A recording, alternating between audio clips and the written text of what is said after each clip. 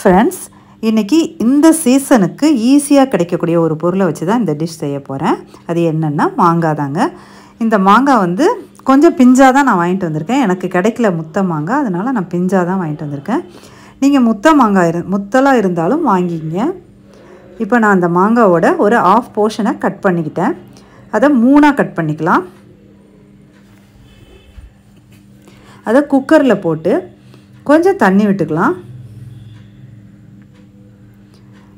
குக்கரை மூடி ஒரு 2 விசில் வச்சு எடுத்துக்கிட்டால் போதும். நம்ம வந்து இது வந்து பிஞ்சு மாங்காய் இல்லையா, அதனால் 2 விசில் போதும். நீங்கள் நல்ல முத்தல் மாங்காவாக இருந்தால் ஒரு 3 விசில் வரைக்கும் வச்சு எடுத்துக்குங்க.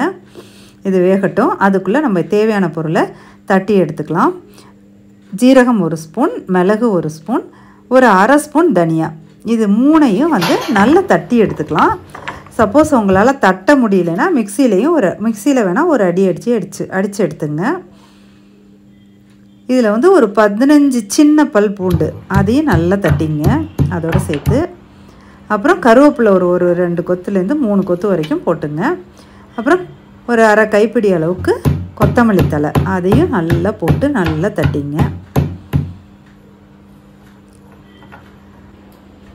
இது வந்து மாங்காய் கிடைக்கிற சீசனில் இப்படி ஒரு ரசம் வச்சு சாப்பிட்டா நல்லாயிருக்குன்னு தான் பிளான் பண்ணி செஞ்சுருக்குறோம். இதில் ஒரு பச்சை மிளகாயை போட்டு தட்டிங்க. ஒன்றும் இல்லைங்க, புளியை ஊற்றாமல் மாங்காயை போட்டு ரசம், அவ்வளோதான். வித்தியாசமாக செஞ்சு பார்க்கலான்னு தான் செஞ்சுருக்கோம். இப்போ மாங்காய் நல்லா வெந்துருச்சு. ஒரு பிளேட்டில் மாங்காயை மாற்றிக்கலாம். மாற்றிட்டு இந்த தோலை வந்து ரிமூவ் பண்ணிவிட்டு அந்த உள்ள சதை பகுதியை மட்டும் எடுத்து நல்லா மசிச்சு வச்சுருங்க. நல்லா வெந்துருச்சு இல்லையா, சும்மா வேக வச்சு அந்த மாதிரி வேகாது. குக்கரில் வேக வச்சதால நல்லா வெந்துருச்சு. சும்மா ஸ்பூனாக வச்சே நாங்கள் மசிச்சு எடுத்துட்டோம். இப்போ இதை தாளிச்சிடலாம். ஒரு 2 ஸ்பூன் அளவுக்கு எண்ணெய் விட்டுங்க. அதில் ஒரு அரை ஸ்பூன் கடுகு சேர்த்துங்க. ஒரு 4-5 வெந்தயம், அவ்வளோதான், சும்மா ஸ்மெல்லுக்காக சேர்த்துருக்கோம். அப்புறம் பெருங்காயத்தூள், அது நல்லா அரை ஸ்பூன் அளவுக்கு சேர்த்துங்க. ஒரே ஒரு காஞ்ச மிளகாய் சேர்த்துருக்கேன். ஆல்ரெடி நம்ம பச்சை மிளகாய் ஒன்று சேர்த்துருக்கோம் காரத்துக்கு. அப்புறம் மிளகு ஜீரகம்லாம் இருக்குது, அதனால் ஒரே ஒரு காஞ்ச மிளகாய். இந்த வெங்காயம் வந்து பொடியாக கட் பண்ணி போட்டாலும் சரி, இந்த மாதிரி 2 வெட்டி போட்டாலும் சரி, ஆனால் நல்லா வதக்கிடுங்க. வதக்கிட்டு நம்ம தட்டி வச்ச பொருள் எல்லாத்தையுமே அதில் சேர்த்துருங்க. அதை ஒரு 2 நிமிஷம் நல்லா வதக்கி விட்டுங்க. உப்பு மட்டும் சேர்க்க வேண்டாம். இது வந்து செஞ்சவங்க வந்து சொன்னது வந்து உப்பு சேர்க்க வேண்டாம் ஃபஸ்ட்லன்னு. நம்ம மாங்காய் மசிச்சு வச்சோம் இல்லையா, அதை சேர்த்துருங்க.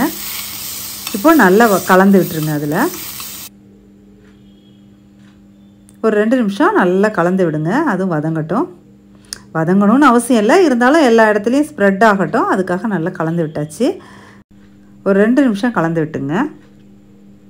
இப்போ நம்ம மாங்காய் வேக வச்சோம் இல்லையா, அந்த தண்ணி வந்து குக்கரில் இருக்குது. அதை வந்து இப்போ இதில் மிக்ஸ் பண்ணிக்கலாம்.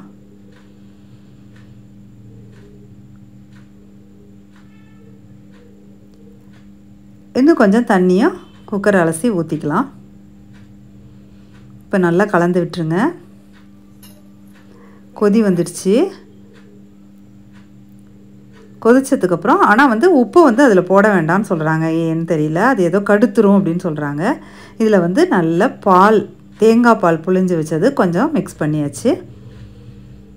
இப்போ இதை லைட்டாக கொதிக்க ஆரம்பிச்சிருச்சு. இதை இப்போது எடுத்து அந்த சால்ட்டு போட்ட பாத்திரத்தில் ஊற்றிடலாம். சால்ட்டை லாஸ்ட்டாக தான் சேர்க்கணுமா. இந்த மாதிரி சேர்த்துட்டிங்கன்னா முடிஞ்சுதுங்க ரசம். செம்ம டேஸ்ட்டான ரசங்க. சாதத்தில் ஊற்றி சாப்பிட்டிங்கன்னா சாப்பிட்டுக்கிட்டே இருக்கலாம். நீங்கள் ஒரு தடவை இந்த வெயில் காலத்தில் மாங்காய் சீசனில் நீங்கள் ட்ரை பண்ணி பாருங்கள். செம்ம டேஸ்ட்டாக இருக்குது இந்த மாங்காய் ரசம். உங்களுக்கு இந்த வீடியோ பிடிச்சிருந்ததுன்னா லைக் பண்ணி, ஷேர் பண்ணி, கமெண்ட் பண்ணி, சப்ஸ்கிரைப் பண்ணிவிடுங்க. Thank you friends.